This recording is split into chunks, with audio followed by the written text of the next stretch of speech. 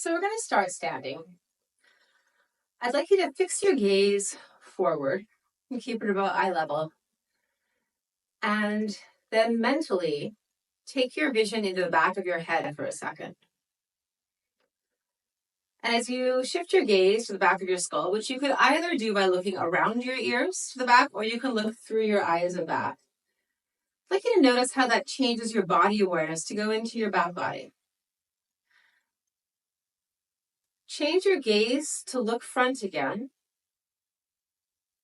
So it brings your awareness from the front of your body. And can you sense a different level of muscular engagement? And can you also sense how there's a different place in your feet that's holding you when you're focusing forward? On your own time, just a few more times, alternate between shifting your gaze into your back body and seeing if you can notice the subtle shift in awareness. Maybe the shift around the muscular engagement of your thigh bones, the soles of your feet, or your breath, as you go back and forth.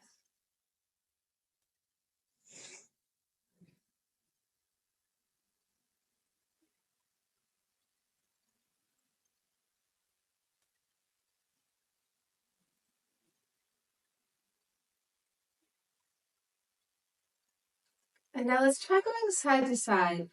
As opposed to turning your head or your eyes to look side, imagine that you were hearing a noise on your left side. And when you've gotten a sense of how your internal map changes or has changed, shift your weight or your awareness back to center. Shift your awareness to shift your weight back to center. And then here to the other side. And as usual with both sides of our body, it's probably going to activate and feel different because we use our sides differently. So just let each side show you its own pathway.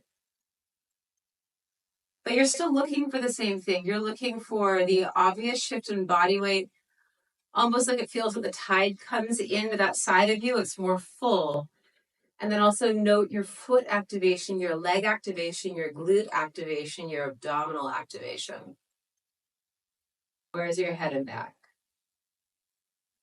These types of exercises can be really fun too if you're working out neck or shoulder issues, because it's just as likely that your neck or shoulder issue is coming from a structural issue underneath as it is from that area itself. And even if it's not, shifting its awareness of support can help you ease out held tension in your body. Let's take our awareness around us like a slow hula hoop.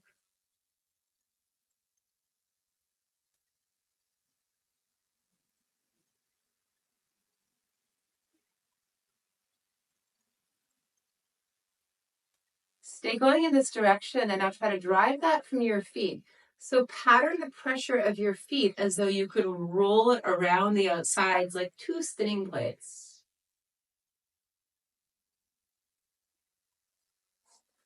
So it's probably going to feel different when you're motivating the circle from the bottom to the top.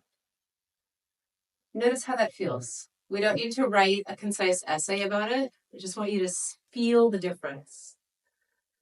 And when you've had enough of that, come back to center, take a couple of breaths, just calmly assessing your internal situation.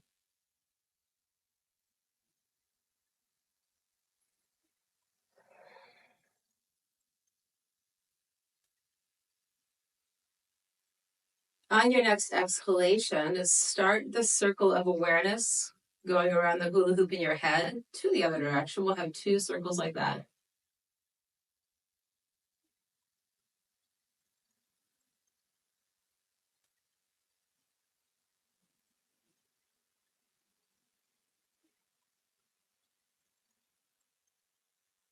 And go ahead and spin up from your feet.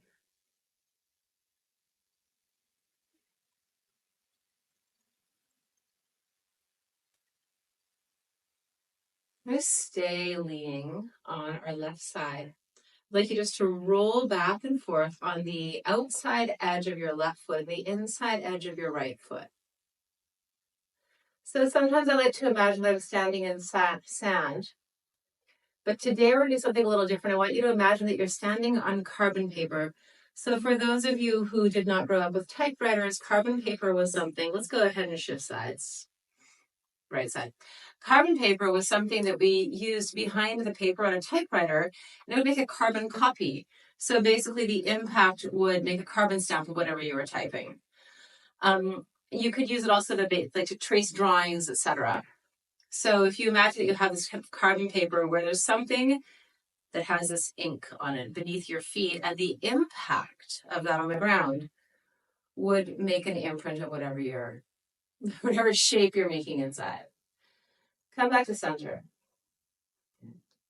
What's fun about imagining that you have carbon paper underneath something that's on something hard, so your feet if you're standing on the floor, your butt if you're sitting, is that you can begin to get a level of perception around the weight, the pressure, and the precision of what's pushing against the ground. So we just drew the inside and outside lines of our feet by leaning right and left. I'd like you now to roll your feet to the inside and just draw the inside line. See if you could almost see an hourglass shape being created between your big toes and the inside of your heels. Your ankles are going to roll slightly, and you're going to feel this also in your knees. Just shift that back and forth and try to be thorough. Get all the way to the edge of your big toenail. And notice as much the places that aren't finding the ground as the places that are.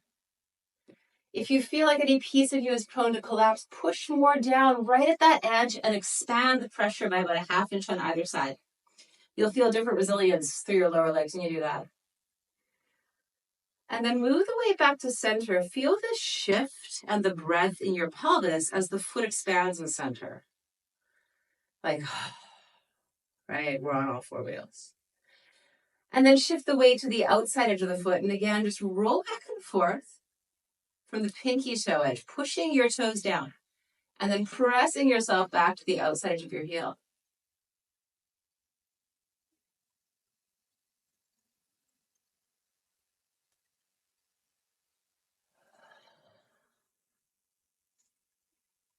And come back to center. Readjust the soles of your feet so the skin feels a little stretched. And see if you can roll back and forth through the middle line of your feet, which is in between the two lines that you just drew. And you might notice that at times your pathway wavers. It doesn't quite go through the center, maybe the center of the heel or the back of the arch. See if you can adjust the precision by slightly tightening around your ankle at that place to control where the foot is aiming. When you do it like this, it might also feel like you're squeezing your toes out like toothpaste as you move through this. And you're probably going to start feeling the fronts of your shins and the fronts of your knees a little more.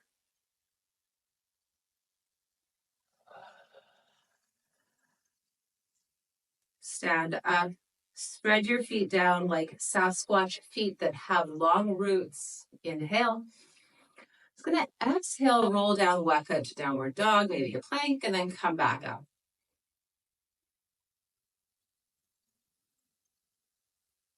And see what your feet notice as you start to tip your body weight in different ways on and off of them. As you walk out to down dog, notice the place where the weight on your heels shifts. And then as you shift to plank, notice the place where the heels follow the back of the leg, slowly peeling the flesh of the foot off the floor. Shift the weight back by pouring the flesh of your feet back on the ground and allow that to embrace your body back upright. Let your knees bend slightly as you stand up and take your hands to your knees. I have 4 knee circles in each direction. Keep the soles of your feet very spread. See if you can feel those 2 bones of your lower leg, the tibia and the fibula, moving inside the ankle joint and around the foot. And if you squeeze in lightly with your hands, you might be able to feel all those slings of tendons and ligaments that wrap around your knees. Change directions.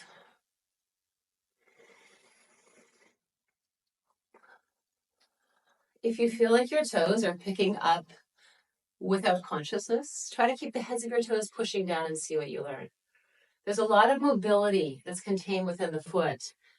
And we start to access that potential in between every bone that's joined, right? access through our legs changes. So now I'm going to have you step forward with your left foot and tuck your right foot underneath yourself. I'd like you to try to find the middle of the top of your foot. Now, if your ankle isn't that flexible, you can go further away. So I'm just going to show you, if you have the kind of foot that barely bends, and this can be painful for people too because we don't often put pressure on the top of our foot, which means it's an incredibly good thing to start doing. You could always lean against the wall, take one foot a little further forward, and then really bend the knee to get your foot more on the ground. Or you can put a blanket or a pillow down. I'm just going to demonstrate dry. I'm going to bend my front knee a little bit so that I can get more of the top of my arch down. Just bend it straight a few times. Think about bringing your knee to the floor. As you straighten back up, push your toenails down. It's going to help your ankle stay in place. We'll do that 4 times on each side. And just ask yourself, do I feel any stretching on the raise of my toes between the 2nd and 4th toe? Or am I feeling more stretching on the big toe knuckle or the baby toe knuckle? One way of telling if your foot is actually centered or in line is if you're feeling the stretch through the middle toes. We're just going to change sides. If you feel something different, you don't have to fix it yet. You never really have to fix anything. You just need to be aware and let your body do the work. So bending your other leg, tucking the toes under, ease into it for a second, breathe into the stretch and soften. Then as you get that sense of the inside foot flesh pressing on the floor, we'll start with 4 bends. Actively bringing our front knee down to bring the top of the back foot towards your floor, and then pushing the toenails down as you come back up.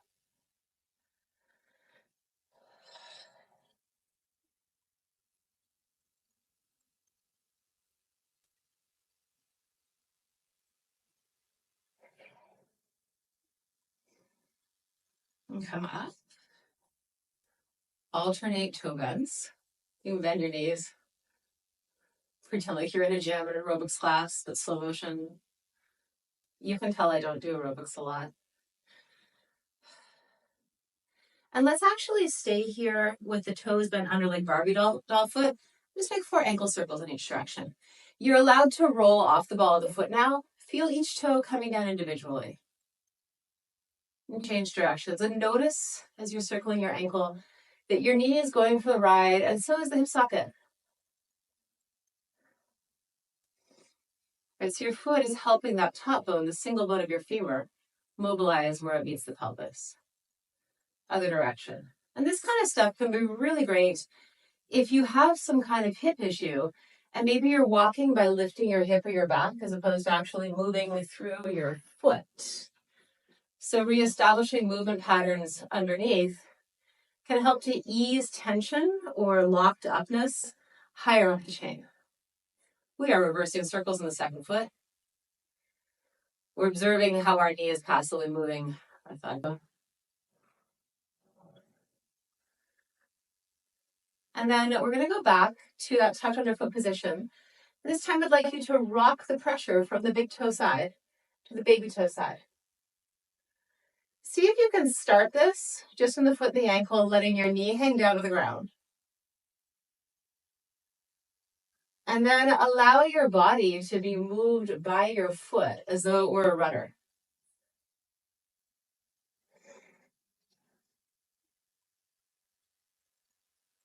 Again, you're totally allowed to hold on to a counter, a wall, or anything else that's stable if this feels like it might be a dangerous exercise for you. Stand up, shake your foot out. Let's compare and contrast this now because we've done one side and not the other. Just remember what side you did. Pick your arms up. We're going to roll down, down dog, plank, and come back. Notice the landscape on either side of your body as you do that.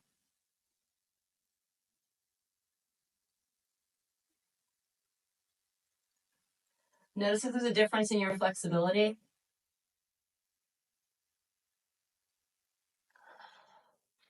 Hang out in downward dog for a second and then enjoy that moment where the heels start to peel off. You got the calf stretch, your posterior chain engages, your weight pours over your fingertips, your pubic bone moves towards your jaw.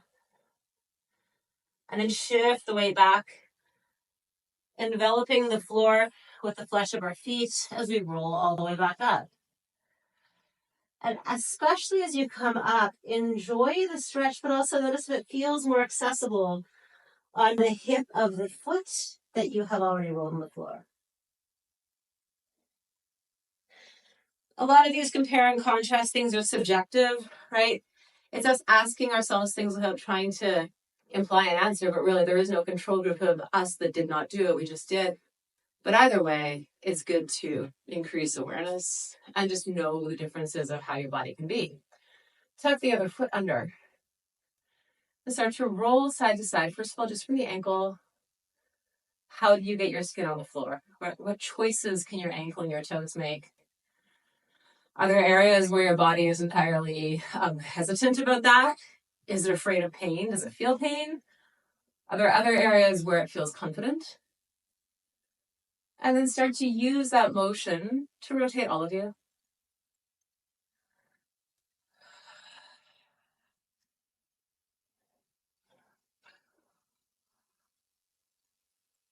And then come back.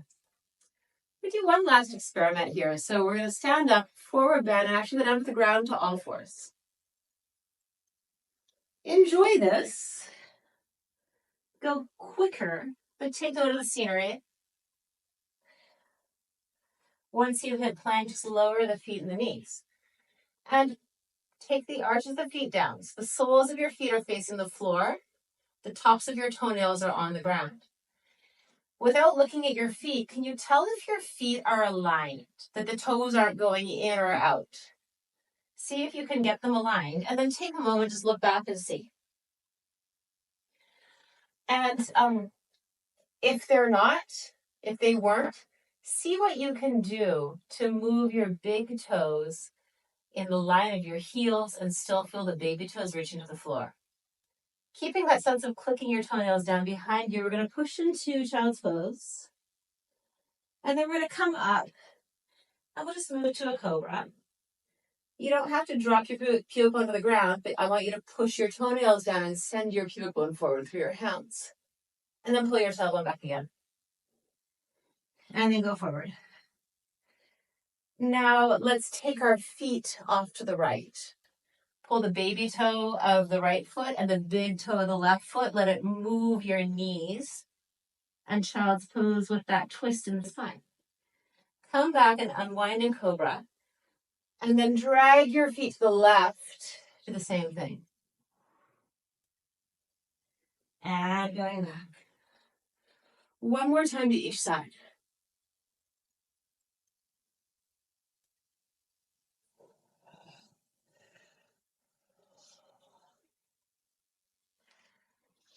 Now I'd like us to internally and externally rotate our legs as we do this. We're going to pull our knees together, separate our feet, push back just as far as you can go. And then back to cobra, and then turn the knees out. Come back in a frog. Forward. One last time, in. And out. And then we'll just lower the pelvis down to the ground, bend the right knee. Couple of lizard cobras, because they feel good. Change sides.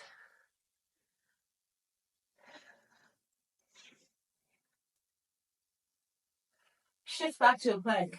Send the heels away. Walk your hands back to downward dog. Walk yourselves in. Hang your weight forward and back, imprinting the soles of your feet on the ground. And then slowly roll back up.